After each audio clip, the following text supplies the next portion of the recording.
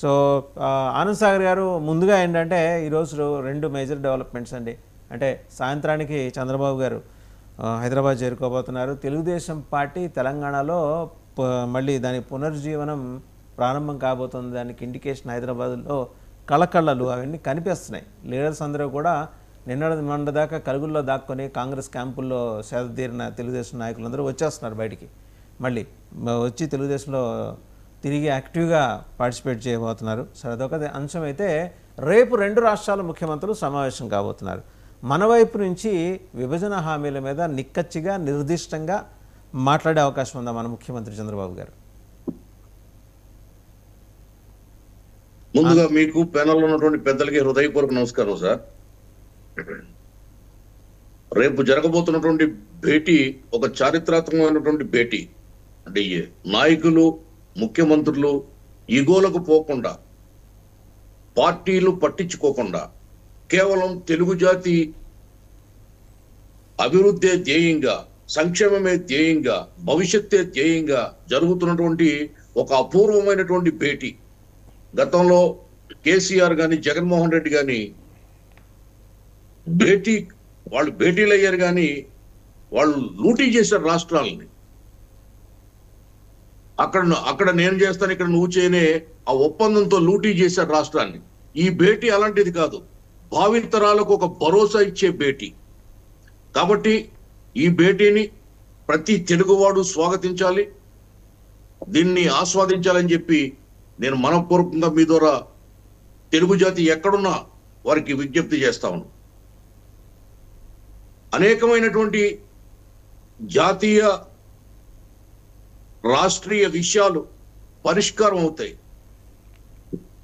నదుల అనుసంధానం దగ్గర నుండి, నీటి ప్రాజెక్టుల దగ్గర నుండి, అనేకమైన విభజన హామీలు ఏవైతే ఉన్నాయో, అపరిష్కృతంగా ఉన్నాయో, ఆంధ్రాకు రావాల్సినటువంటి నిధులు, ఆస్తులు ఏవైతే ఉన్నాయో, బకాయిలు ఏవైతే ఉన్నాయో అవన్నీ కూడా తీసుకొచ్చే ప్రయత్నం రేపు జరగబోతుంది.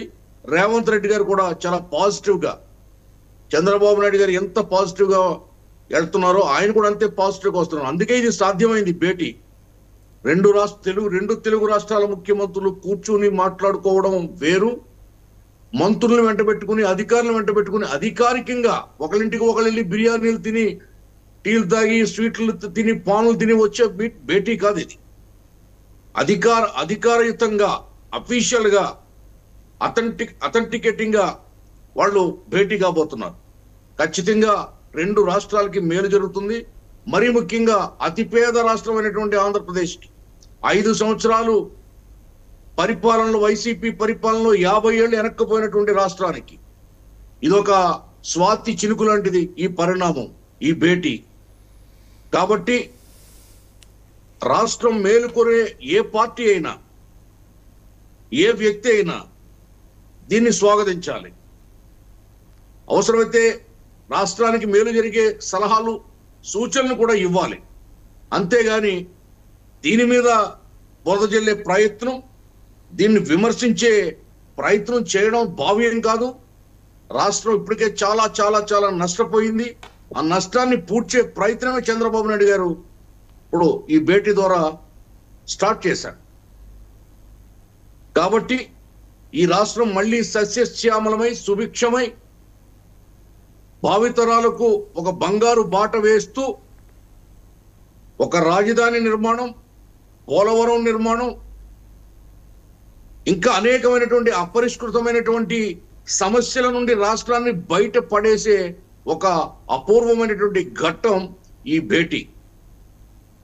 కాబట్టి దయచేసి అన్ని పార్టీలు ఈ భేటీని స్వాగతించాలి, సపోర్ట్ చేయాలని మీ ద్వారా కోరుకుంటూ, తర్వాత ఇప్పుడే మాట్లాడారు వైసీపీ ప్రతినిధి వారు, ఎవరో ఎంపీ గారు పార్లమెంట్ లో బీజేపీని వాషింగ్ మిషన్లు వేసి ఉతికి ఆరేశారని చెప్తున్నారు. బాగానే ఉంది, పార్లమెంట్ లో ఏదో ఎంపీ గారు బీజేపీని ఉతికి ఆరేశారని చెప్తున్నారు.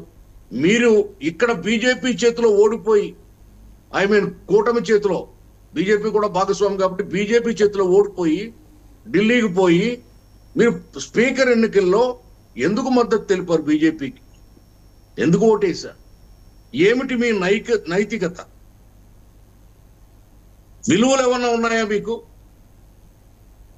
మేము పొత్తు పెట్టుకుంటే దాన్ని హేళన చేస్తా, మేము మాది కూటమి అంటే దాన్ని హేళన చేస్తా. మీరేమో అనైతిక పొత్తులు పెట్టుకుని చీకట్లో సంప్రదింపులు జరుపుకుని మీ భయంతో, మీ వ్యక్తిగతమైనటువంటి భయంతో అక్కడ పోయి మీరు లొంగిపోతారు, బోర్ల పడతారు, ప్రాధేయపడతారు, ప్రదక్షిణ చేస్తారు, పొర్లు దండాలు పెడతారు. మీరు మాట్లాడతారేంటి? కొంతకాలం మీరు వేచి చూడండి, నేడు పోయి రేపు రండి మాట్లాడదాం. మేము కూడా 6 నెలలు మీ పరిపాలన గురించి మాట్లాడలా. ప్రజాస్వామ్యాన్ని గౌరవించాలి, ప్రజా తీర్పును గౌరవించాలి, రాజ్యాంగాన్ని గౌరవించాలి. సామాన్యమైనటువంటి తీర్పు ఇచ్చాడు ఆ ఓటరు. మీరు మాట్లాడినట్టు ఈ రాష్ట్రంలో అభివృద్ధి జరిగి ఉంటే, మీరు మాట్లాడినట్టు ఈ రాష్ట్రంలో అవినీతికి తావు లేకుండా ఉండుంటే, మీరు మాట్లాడినట్టు ఈ రాష్ట్రంలో ప్రజాస్వామ్యబద్ధంగా పరిపాలన సాగి ఉంటే ఇంత చావు దెబ్బ మీరు తినేవాళ్ళరా? ప్రజలు గుడ్డిగా తీర్పునిస్తారనుకుంటున్నారా మీరు? అనవసరంగా ఓటేస్తారనుకుంటున్నారా మీరు? రాష్ట్రాన్ని గాలి కుదిలేసి కేవలం తెలుగుదేశం పార్టీ మీద కక్ష కట్టి సర్వనాశనం చేశారు 5 సంవత్సరాలు రాష్ట్రాన్ని. ఎప్పుడొచ్చాడు మీ ముఖ్యమంత్రి ప్రజల్లోకి? చేసిన 16 రోజులు అవ్వలేదండి, అప్పుడే క్యాబ్ జెమినీ కంపెనీ వెళ్ళిపోయింది. అది మీ సంపద సృష్టి. చూడండి అమ్మా, వెళ్ళిపోయింది. రామ్ గోపాల్ గారు కంపెనీ వెళ్ళిపోయింది. రామ్ గోపాల్ గారు నీకు ఇంటరప్ట్ చేస్తే నువ్వు బాధపడ్డావు. రామ్ గోపాల్ నీకు ఇంటరప్ట్ చేస్తే నువ్వు బాధపడ్డావు. మరి నువ్వేలా దూరం, ఇప్పుడు నువ్వేలా దూరం, నువ్వేలా మధ్యలో ఇంటరప్ట్ చేస్తున్నావు? బుద్ధి జ్ఞానం ఉండాలి. ఏం మాట్లాడుతున్నావు? ఏం మాట్లాడుతావు? నీకే తెలియదు. ఏంటండి వాస్తవం గారు, ఈమె ఆయన క్రిటిసైజ్ చేసింది మాట్లాడుతూ వచ్చిందని. ఏం మాట్లాడతాను? కంప్లీట్ చేయనండి సుజాత గారు, డోంట్ ఇంటరప్ట్. సుజాత గారు ఆయన్ని మాట్లాడియండి, ఆయన మాట్లాడియండి. ఆయన మీరందరూ మాట్లాడేదాకా అసలు ఆయన మాట్లాడుకోవడం లేదు.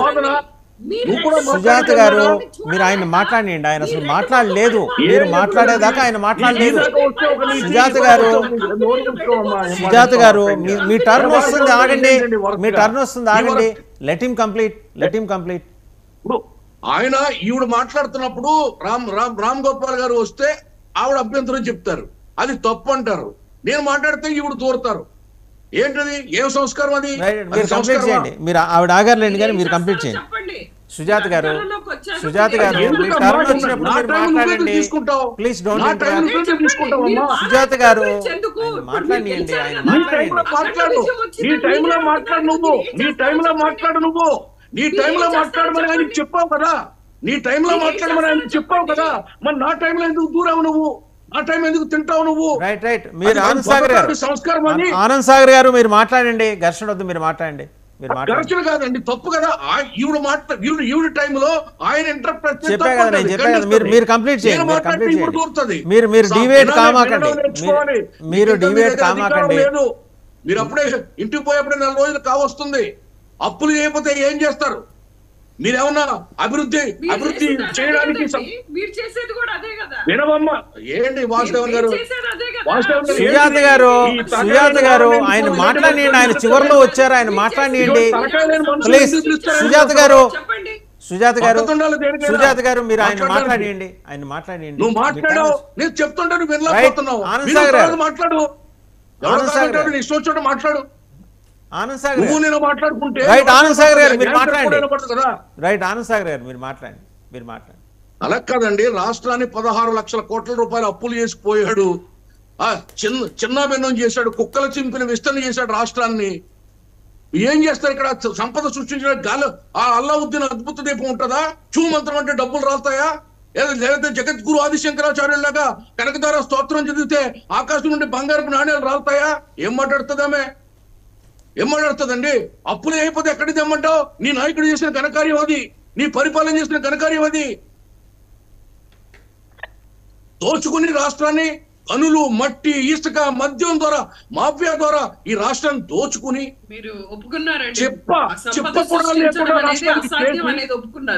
చెప్ప కూడా లేకుండా రాష్ట్రానికి సంపద సృష్టించడం అసాధ్యం అనేది ఒప్పుకున్నారు. సుజాత గారు మీరు ఆగండి అమ్మా, మీరు ఆగండి, ఆయన నేను కంప్లీట్ అదే చేయండి, మీరు కంప్లీట్ చేయండి, ఎలా సంపద సృష్టిస్తారు చెప్పండి. ఆయన కంప్లీట్ చేయండి. వచ్చి వాళ్ళు ఇంకా 1 month కాలేదు, వాళ్ళ బ్రీతింగ్ స్పేస్ వాళ్ళకి ఇవ్వాలా మనం? నువ్వు ఇంకెక్కడో పిచ్చితనం ఎక్కడో ఉన్నావు, నువ్వు ఈ రాష్ట్రంలో లేవు, ఈ రాష్ట్రంలో లేవు నువ్వు, నీకేం అర్థం కావట్లా. నీకు మీ నాయకులుగా మీ అందరికి మెంటలు వచ్చేసింది దెబ్బతో, వాటర్ కొట్టిన దెబ్బతో మైండ్ బ్లాక్ అయిపోయింది. మీకు ఏం మాట్లాడతారో తెలియదు. నిన్న జైలుకు పోయి ఏమంటాడు, ఈవీఎం పగల ఉండడం తప్ప అంటాడు. తూ తూ తూ అని వస్తున్నారు జనం ముఖం మీద. ఏం మాట్లాడతారు మీరు? మూసుకుని ఉండండి. ఒక 6 మాసాలు 7 మాసాలు ఏం జరగబోతుందో, ఎలా జరగబోతుందో. సుజాత గారు ఆయన కంప్లీట్ చేయనియండి. ఓకే, తప్పు మీరు ఇలాంటి డిబేట్లు పెట్టకూడదు. రైట్. డివి శ్రీనివాస్ గారు మీరు మాట్లాడండి. ఇప్పుడు వాలంటీర్స్ అంశానికి వచ్చేప్పటికీ అటు అమర్నాథ్ గారు మాట్లాడారు. అమర్నాథ్ గారితో పాటు ఈయన కూడా కేతిరెడ్డి వెంకటరామరెడ్డి ఇద్దరు కూడా వాలంటీర్స్ విషయంలో మా పార్టీ తప్పు చేసింది, వాలంటీర్స్ని నమ్ముకొని ముందుకెళ్ళడం వల్ల మేము దారుణంగా నష్టపోయాం అంటే, తత్వం ఎప్పుడు కేసు పోయిన తర్వాత తత్వం బోధపడినట్టు ఇవాళకి బోధపడిందా? వాళ్ళకి ముందర అర్థం కాలేదా? అంటే ఇది అవసరం, ఓటమికి కారణాల అన్వేషణ అవసరం. ఇది ఎక్కడ జరగాలంటే మాజీ ముఖ్యమంత్రి జగన్మోహన్ రెడ్డి గారి ప్రజెన్స్లో విస్తృత సమావేశంలో చర్చించాల్సినటువంటి అంశాలు ఇవన్నీ కూడా. ఈ ఓటమికి కారణాలు వాలంటీర్ మరి నిజమే, ఎందుకని ఒక వ్యవస్థను తీసుకొచ్చి ప్రజలకిను ప్రతినిధులకి కనెక్టివిటీ అయిపోయింది. ఎక్కడ ఎమ్మెల్యే ద్వారా